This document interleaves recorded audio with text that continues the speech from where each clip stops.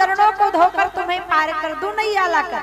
केवट से भगवान ने कहा जाओ जल्दी लेकर आओ, जल्दी धो लो, जल्दी पार समय से आज, क्योंकि आज समय का बड़ा महत्व है। तो क्या करें? बोले काम करो, जल्दी से जाओ चरणों को धो। अब केवट कितना बुद्धिमान, प्रभु के चरण धोने के लिए केवट गया और लाया क्या? कठौता।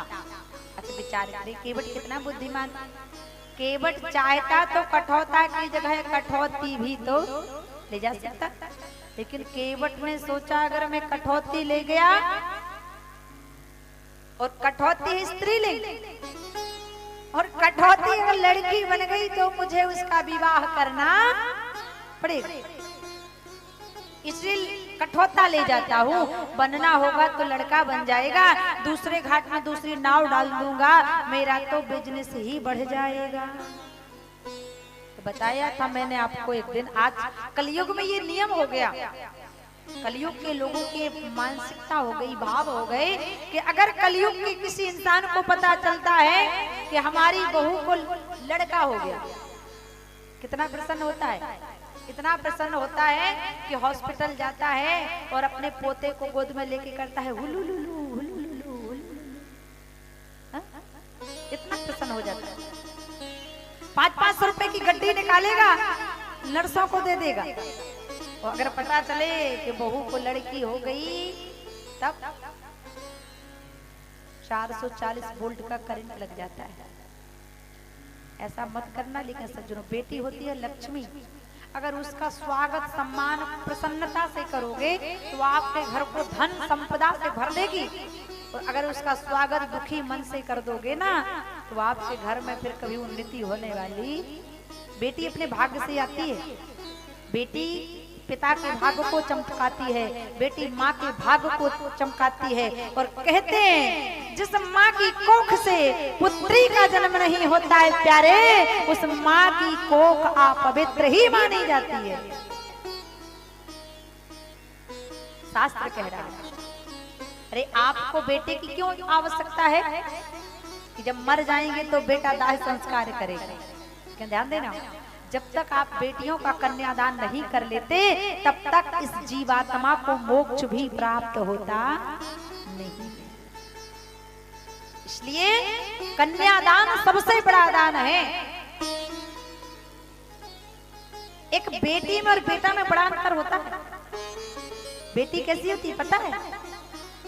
बेटा तो ये ध्यान भी नहीं देता कि मेरा पिता क्या कर रहा है क्या नहीं कर रहा, लेकिन अगर बेटी देख लेगी कि आज मेरे बाबूजी को किसी की बारात में जाना है, किसी के विवाह में लग्न उत्सव में जाना है, मेरे बाबूजी के कपड़े गंदे हैं तो उन्हें साफ कर देगी, आयरन कर देगी कि आज बाबूजी को, क्योंकि कहते हैं पुत्र को पुत्र हो सकता है लेकिन बेटी कभी कुपुत्री।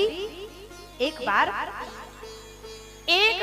एक पुत्री का विवाह उसके पिता ने किया, और जब विवाह किया तो दहेज दिया, उस दहेज में उसको एक कुकर दिया। ध्यान देना मत।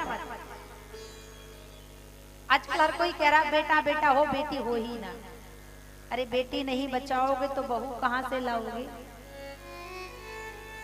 उस पुत्री को पिता ने एक कुकर दिया दहेज में, और उस कुकर में नाम लिखवा दिया फलाने फलाने छेदी लाल। अब बेटी गई ससुराल कुकर लेकर। अब एक दिन उसने सोचा कि मेरे पिता ने इतना सुंदर कुकर दिया है तो इस कुकर में मैं भोजन बनाती हूँ। अब भोजन पकाने के लिए उस पुत्री ने उसमें चावल भरा। जो गांव की माताएं होती है ना, जब चूल्हा पर कोई बर्तन टंगाती हैं रखती हैं तो बर्तन के बाहरी आवरण में, बाहरी हिस्से में, बाहरी परत में राख लगा देती हैं जिससे कि बर्तन गंदा ना हो, धुलने में दिक्कत ना आए, आसानी से साफ हो जाए। तो उस बेटे ने जब चूल्हा पर बर्तन टंगाया, कुकर टंगाया, तो कुकर के बाहरी आवरण पर राख पोत दी, लेकिन जहां उसके पिता का नाम लिखा था उसने वहां पर राख नहीं लगाई। अब सास ने देखा सारे कुकर में राख लगा दी, इस बहू ने यहाँ राख नहीं लगाई, कुकर जल जाएगा, गंदा हो जाएगा, फिर देखने में भयानक लगेगा। बहू ने कहा रे, सास ने कहा रे बहू तुमने यहाँ पर राख क्यों नहीं लगाई, यहाँ पर भी राख लगाओ। बहू ने हाथ जोड़ लिए, माँ मैं यहाँ राख नहीं लगा सकती। सास ने कहा क्यों? बहू ने कहा माँ यहाँ मेरे पिता का नाम लिखा है और मैं हर जीवन में कार्य कर सकती हूँ, लेकिन जहाँ पिता का नाम होगा वहां पर मैं कालिक पोत नहीं सकती हूँ। वह होती है बेटी।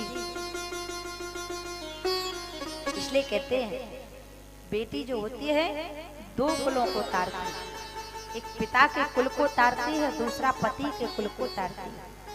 इसलिए कहते हैं पुत्री पवित्र किए कुल दो।